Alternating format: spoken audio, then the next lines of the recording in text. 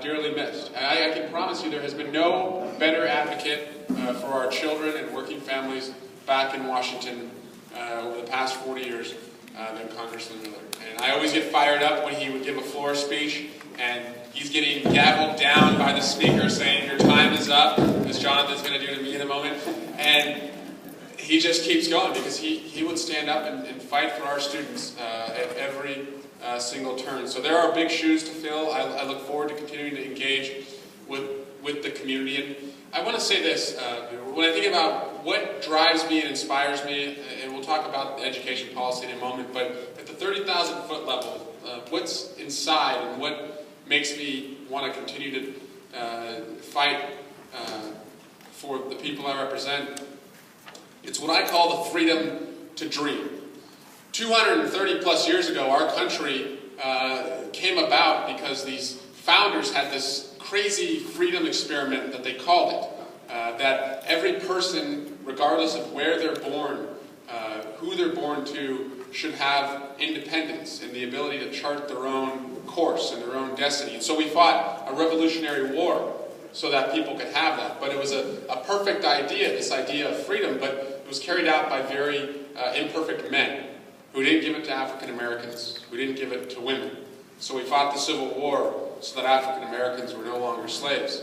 And we had to go through the suffragist movement so that women stood up and claimed what was rightfully theirs, the right to vote and be a part of democracy. Then we went through the civil rights movement to make sure that African Americans were not segregated and could fully be a part of our society. And I think about what is the final frontiers of freedom that we have not realized right now. And I think about all of the schools I have visited across this congressional district. And I think about the children that I ask, because I think it's the time-honored tradition when a politician sees a cute little kid, what do you want to be when you grow up? And after asking that a few times, it starts to feel trite, and I start to think, am I kidding myself?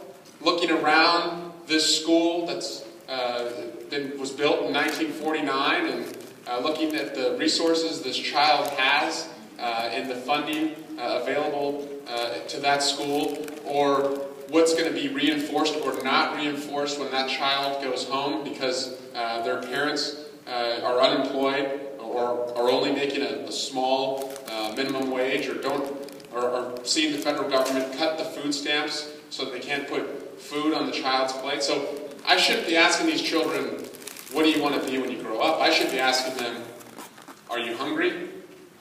Are you tired? Are you cold? In many cases, are you safe? And so until I can ask these children across my district in every schoolhouse, what do you want to be when you grow up? And it's sincere, and they can tell me back, I can be anything I want to be.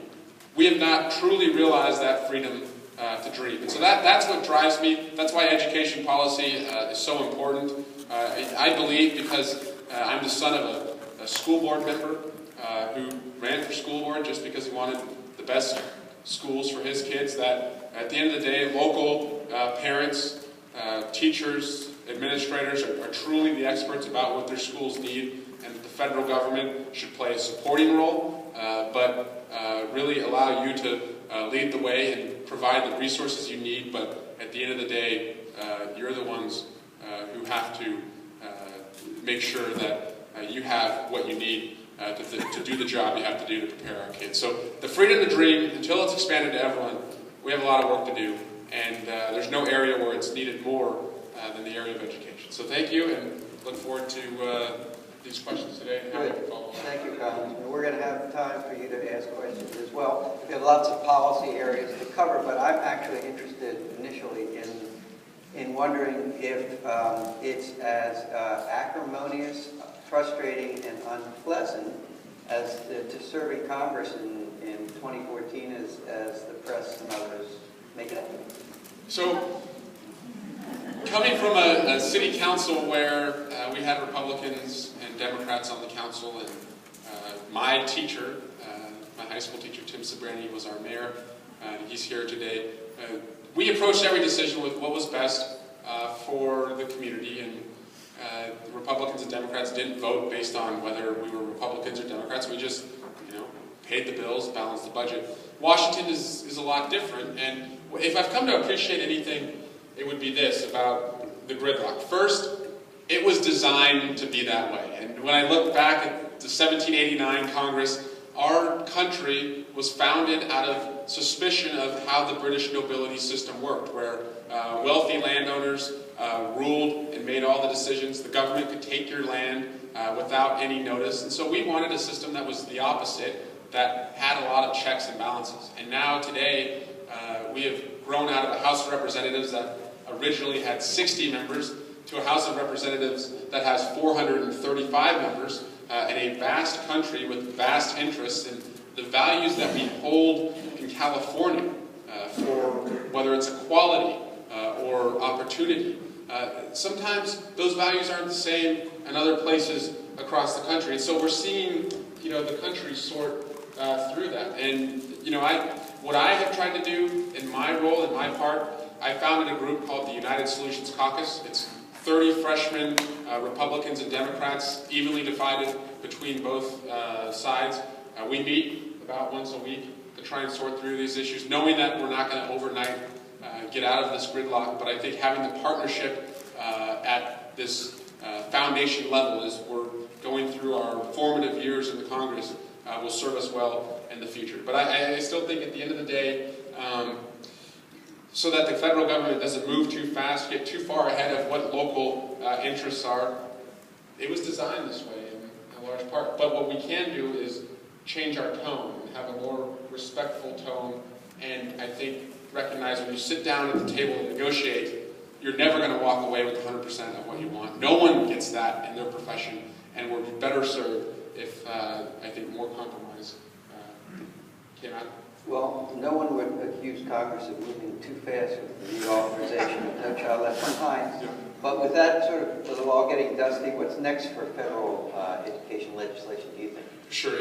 After we met last year, we had the Student Success Act, which which was the reauthorization of the Elementary Secondary Education Act.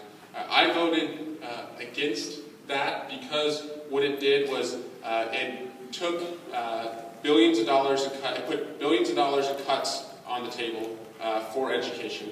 It took away teacher training, teacher development, professional development, and it locked in many of the No Child Left Behind standards, and I couldn't support that. What I would like to see is, as I have said all along, is a system where we are supporting local and state schools with a robust funding mechanism, but not getting in the way with unrealistic standards. And even in San Ramon, which is the 4th best performing school district in the state, in the San Ramon Valley Unified School District, 4th best in the state, there are still schools labeled as failing under No Child Left Behind. And so I will continue to work to either reform No Child Left Behind or undo it and come up with something new. But that act passed the Congress. It has not been passed in the Senate and would never be signed by the President with the multi-billion-dollar cuts to education that have been proposed. So in lieu of that, states have submitted waivers in nearly, I think, 45 or 42, whatever, in the 40s, have gotten theirs. One state, big state in particular, hasn't applied. But at the end of the day, in several years, will we be left with basically a de facto 45 different systems of operating, and that these will become the replacement for No Child Left Behind, and that, in fact, Congress will never be able to change because they've been into law, into waiver.